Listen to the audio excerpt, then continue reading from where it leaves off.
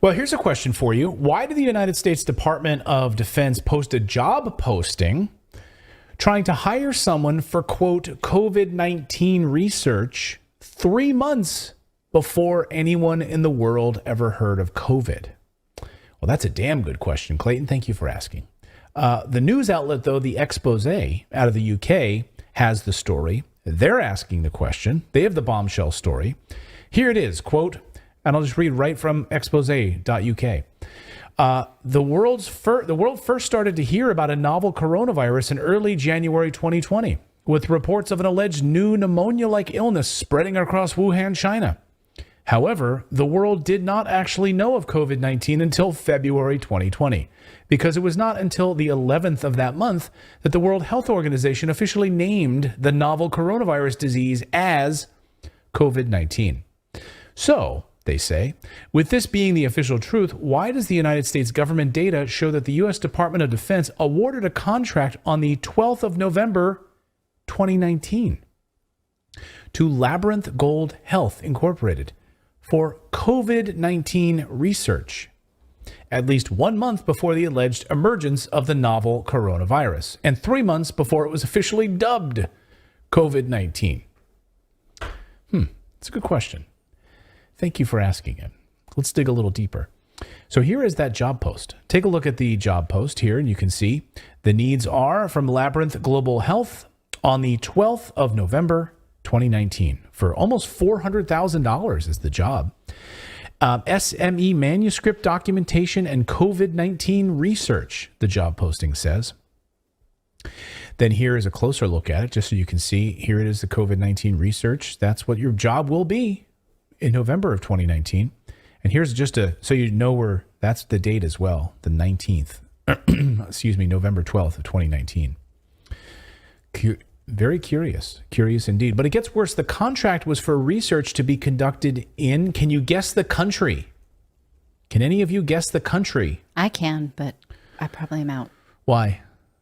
Because I can see it here and I read the story earlier. You read some of my notes. Yeah. Can anyone else guess the country where this job posting would be? Anyone in the chat have any idea where this job posting would be? Like, we need COVID-19 research and the country where you'll be based. See if anyone can name that in the chat. Let's see if anyone can name it. Yes, you got it. The answer is Ukraine. So your job will be in Ukraine. No, not the United States, but Ukraine.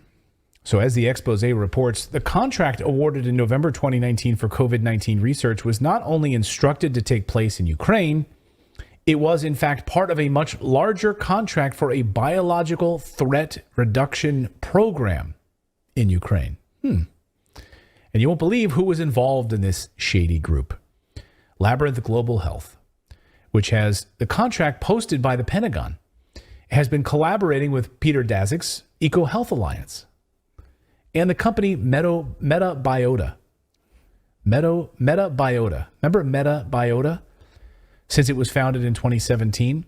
Does MetaBiota ring a bell to any of you watching our show? If you've been watching our show for any length of time, then you know why this should ring a bell. As we recently reported on Redacted, back in 2014, a firm called MetaBiota, which specializes in detecting, tracking, and analyzing potential disease outbreaks, signed an $18 million federal contract as a subcontractor for Black & Veatch, which is in Georgia and Ukraine. MetaBiota was started with the help from President Joe Biden's son, Hunter Biden, and his investment firm, Rosemont Seneca Technology Partners, which, of course, he founded alongside John Kerry's stepson in 2009. Then, surprisingly, the top Ukrainian prosecutor started looking into this shady connection between Hunter Biden and these biolabs and MetaBiota. And then when Vice President Biden caught wind of this, he asked to have that prosecutor in Ukraine fired. Otherwise, we'd pull your funding.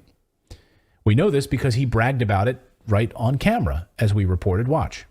I went over for, I guess, the 12th, 13th time to Kyiv, and I was supposed to announce that there was another $1 billion loan guarantee.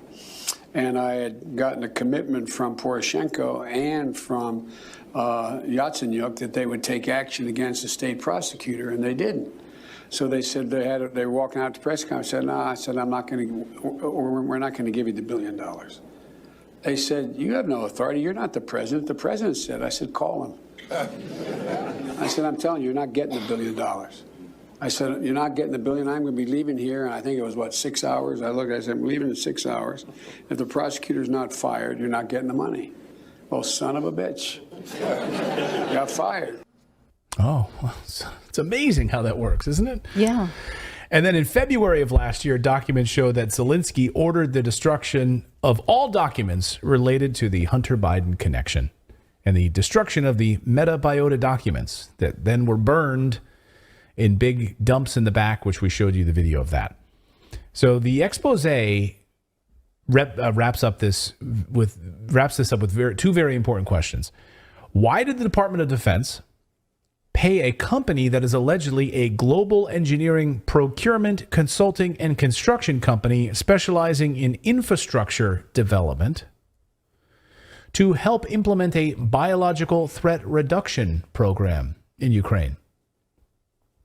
I'm sure we'll get to the bottom of this through congressional hearings. And why did both the Department of Defense and said company then pay Labyrinth Global Health Incorporated to carry out COVID-19 research in Ukraine at least 1 month before the alleged emergence of the novel coronavirus and 3 months before it was officially dubbed COVID-19? Good questions that we're still trying to get to the bottom of. Yes. Well, Congress has voted to declassify COVID origins documents, so I'm sure we'll see all of this. Yeah, I'm sure. I'm sure we'll see things they don't want us to see.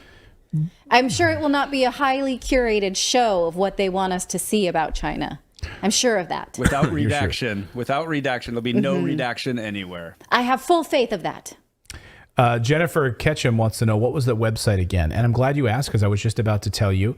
And by the way, I should point out that it's independent journalism, and it's called The Expose. And you can donate to help them out. Look, they rely solely on the support of readers. And again, we need independent journalism like this. So, I mean, I am not affiliated with them in any way whatsoever, but I read them every day. So if you would like to support journalism in any kind of way, go visit them, bookmark them. They do a great job of really doing a lot of exposés. So, they're good guys over there. So they do good work. I just wanted to give them a shout out.